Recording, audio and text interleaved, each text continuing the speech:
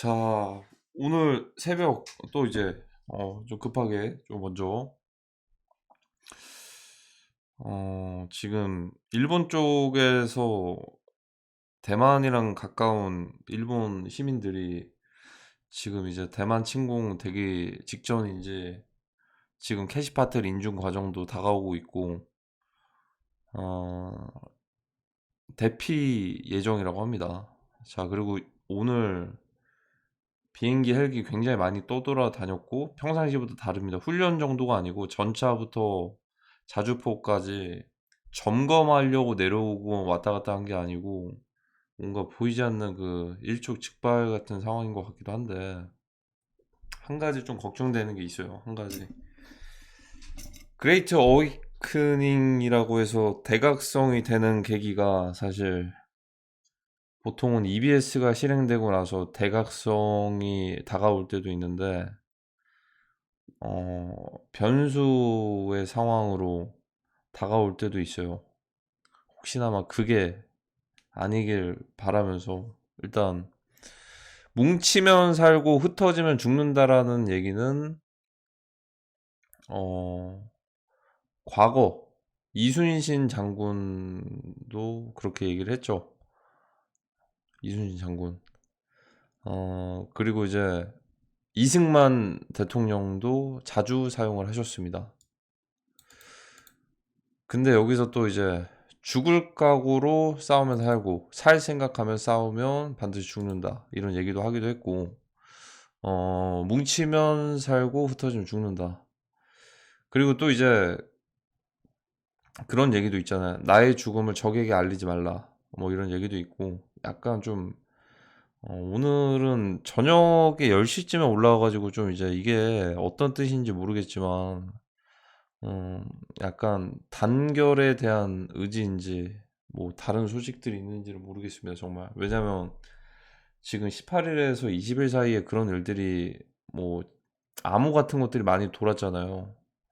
그리고 그레이트 어웨이크닝이 안 좋은 쪽으로 다가올 수 있는 것도 사실 그게 관저 뚫리고 나서 사실 모든 게 다 노출이 된 상황인데 사실 관저 지키는 게 가장 좋은 길이었고 어, 약간 지금의 하이브리드 전쟁이라는 걸 인지를 계속 시켜줬었으니까 인지를 시켜줬는데 그런 상황인 거를 일단 대다수 사람들이 모르는 상황이고 뭐 지금이 심각하지 않는 상황이라고 생각하시는 분들은 어, 어차피 이 지구를 관리하는 세력들은 자연스럽게 인구 감축을 원할 수 있어요.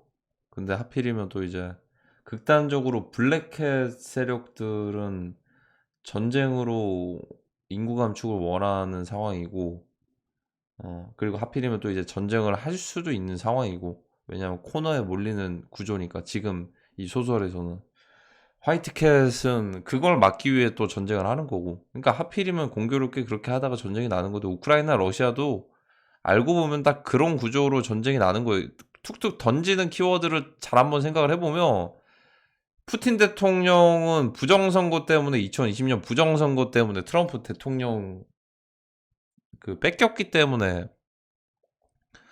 전쟁을 했다라고 했고 침공을 트럼프 대통령은 계속 부정선거를 외치고 있고 한국이 조용히 넘어갈 리가 없겠죠 당연히 중국도 마찬가지겠지만 근데 이제 그걸 생각을 해보시면 돼요. 아마 저도 딱 들었던 생각인 게, 뭐, 어디 중공이나, 우크라이나, 러시아나, 그들이 싸우고 있는데 의미 없이 사망을 합니다. 20대, 30대, 40대, 50대, 60대, 순서대로, 어, 모두 다. 그런 상황인데, 그러면 전쟁이 안 나는 나라들은 선택받은 사람들일까요? 우리가 뭘 했다고 선택을 받죠? 우크라이나, 러시아 사람들은 뭘 했다고 전쟁터에 나가고, 그런 거 아니겠습니까?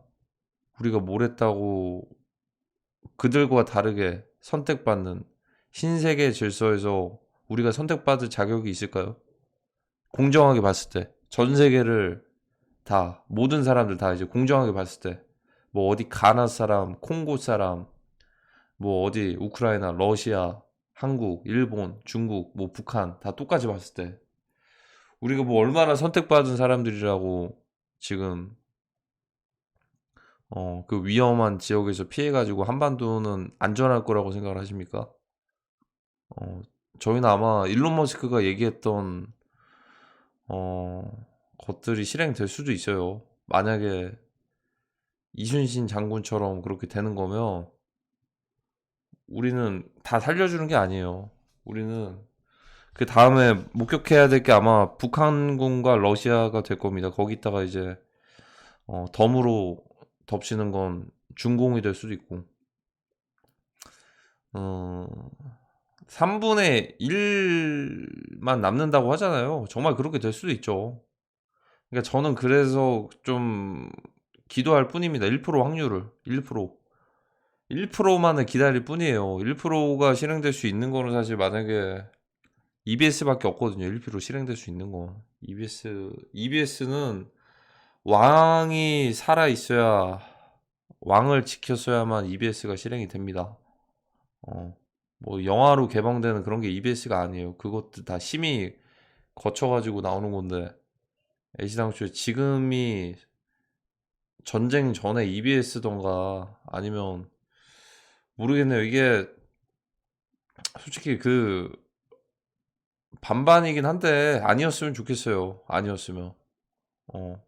근데 다시 한번 곱씹어서 생각을 해보면 우리가 뭐 우크라이나, 러시아 아니면 다른 나라 지금 내전 나고 있고 그런 전쟁하고 있는 나라들 중에서 그렇게 선택받은 사람들일까요? 저희가 생각을 해보면 그냥 우리 차례가 이제 오는 것 뿐입니다. 이게 방심해선 안 되고 안심해서 안 되겠죠. 어쨌든 우리 손으로 지킨 건 없어요. 왕을 지킨 게 뭐가 있습니까? 지금 어?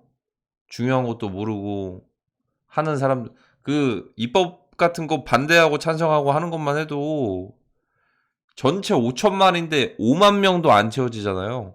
귀찮아서 뭐 관심 없어서 그런 것도 있어요. 근데 이제 그거 자체가 이 디테일한 부분들을 참여하지 않는다라는 거는 참여 못한다는 건 그거는 단순히 그 뭐 시위하고 이런 거에서 끝나는 게 아니고 이 NWO 시대가 다가오면서 이 체제 전쟁, 영적 전쟁 이와 관련해서 사실 제대로 하고 있는 건 아니죠. 사실 체제 전쟁, 특히나 체제 전쟁에서 애시당초에 이제 모든 결과는 정해져 있을 텐데 법적인 결과들은 그와 관련해서 단 하나도 이뤄낸 게 없습니다. 사실 구조적으로 봤을 때 당장의 입법 그 법안이나 이런 것들 악법이라고 하면서 반대하는 것들도 투표수를 보면은 5천만에서 5만도 0.1%도 안 돼요. 0.1%도. 근데 사실 1%가 실행되는 건 그냥 다 떠먹여주는 건데 그러니까 기도할 뿐이에요. 그러니까 부디 그게 아니길 기도할 뿐입니다. 제가 제일 걱정인 건 처음부터 끝까지 이거였어요. 사실 왜냐면 어 이걸 막으려면 사실 그냥 그 50만도 안 필요해요. 한 5만 명? 정말 말 그대로 0.1%? 5만 명만 만약에 뭉쳐서 뭔가 실행했으면 지킬 수 있죠. 사실 관저 앞에서도 뭐 5천 50만이 뭐예요? 5만 명만 있어도 됐지. 근데 휘둘렸잖아. 휘둘렸어. 하나도 한 게 없다. 사실. 물론 이제 물론 시위하고 이런 것들도 중요한데 이게 뭐 시위로 끝날 게임이었으면 진작에 몇 년 전에 끝났겠죠. 몇 년 전에 똑같이 그 상황이었는데 그렇게 안 됐잖아요. 그렇다고 해서 미국이 개입해서 그렇게 발동하는 것도 좋겠지만 변수라는 게 존재할 수 있죠. 변수라는 게 지금 변수가 있을 수도 있습니다. 부디 그게 아니길 바랍니다. 아니길 바라고 뭐 전쟁이 날까봐 주변 사람들한테 얘기를 했는데 정신병이 있는 거 아니냐, 미친 거 아니냐, 이런 소리 들어요. 라고 하는데, 정말 국제 정세를 정말 제대로 모르고 있는 사람들입니다. 지금 코인 가격이 왜 떨어지고, 알트코인이 왜 떨어지고, 미국 증시만 왜 올랐고, 방산주 왜 오르고, 금 가격 올라가고, 그리고 이 부채들 쌓인 것들 다 정리되는 게 어떤 것 때문에 정리가 될 건지 딱 사이즈가 딱 보이지 않습니까? 첫 번째 딥시크, 두 번째 관세 전쟁. 그 키워드 다 사라졌죠. 딥시크 키워드 있습니까? 관세 전쟁 지금 얘기합니까? 어, 얘기 안 하죠. 세 번째 재료가 뭘까요? 세 번째. 세 번째 미국에서 돈을 더 풀어서 주가를 더 올릴까요? 트럼프 대통령 다음 대통령도 한다고 하는데. 세 번째는 털어내려면 뭘로 털릴까요? 지금 양안 전쟁이잖아요. 지금 사이즈가. 근데 그거를 저희가 1%로 EBS로 가냐 아니면은 그건데, 그러니까 대만 중국 전쟁 나면 한반도도 무조건이죠. 한반도만 안전할 거란 그게 없는 거죠. 쌍이에요, 쌍. 같이 붙어서 같이 나는 거예요. 중국 대만 나면은 한국이랑 한반도 나는 건데,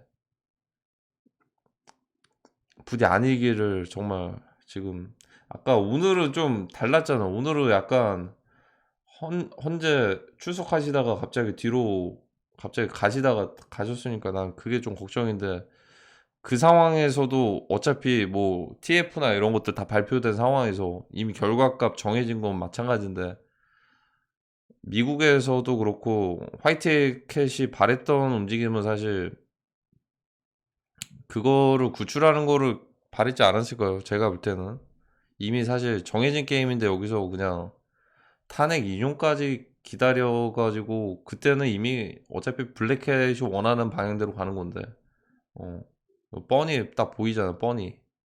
그게 아니었으면 좋겠습니다, 정말. 기도뿐이에요, 사실. 그냥 기도뿐입니다. 만약에 그게 실행이 되잖아요. 이순신 장군처럼 그렇게 실행이 되면 한반도 3분의 1만 남기고 다 날아갑니다. 정말입니다. 그때는 북한이랑 러시아가 침공을 할 거예요. 어차피 한반도 통일되는 방식은 시나리오 플랜은 여러 가지를 다 짜놨을 거예요. 분명히. 우리는 어차피 테스트 국가니까.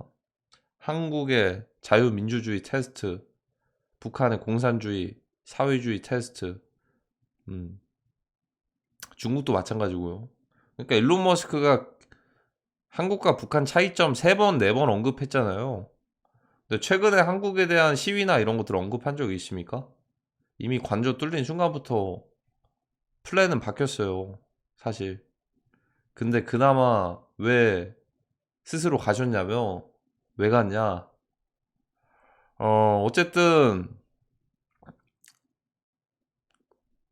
직접 스스로, 뭐 계몽령에 대한 그런 것도 있겠지만, 스스로 되찾기를 지향한 게 아니겠습니까? 스스로 되찾기를. 그리고 만약에 미국에서 그렇게 대놓고, 그 캐딜락도 왔다 갔다 한 거 아시죠? 그 관저 뚫리기 전에 논의가 됐지 않았을까요? 이미. 대신에 어, 한 번에 그렇게 또 개입해서 만약에 된다면 그거는 많은 것들을 포기를 해야 됐었을 수도 있죠.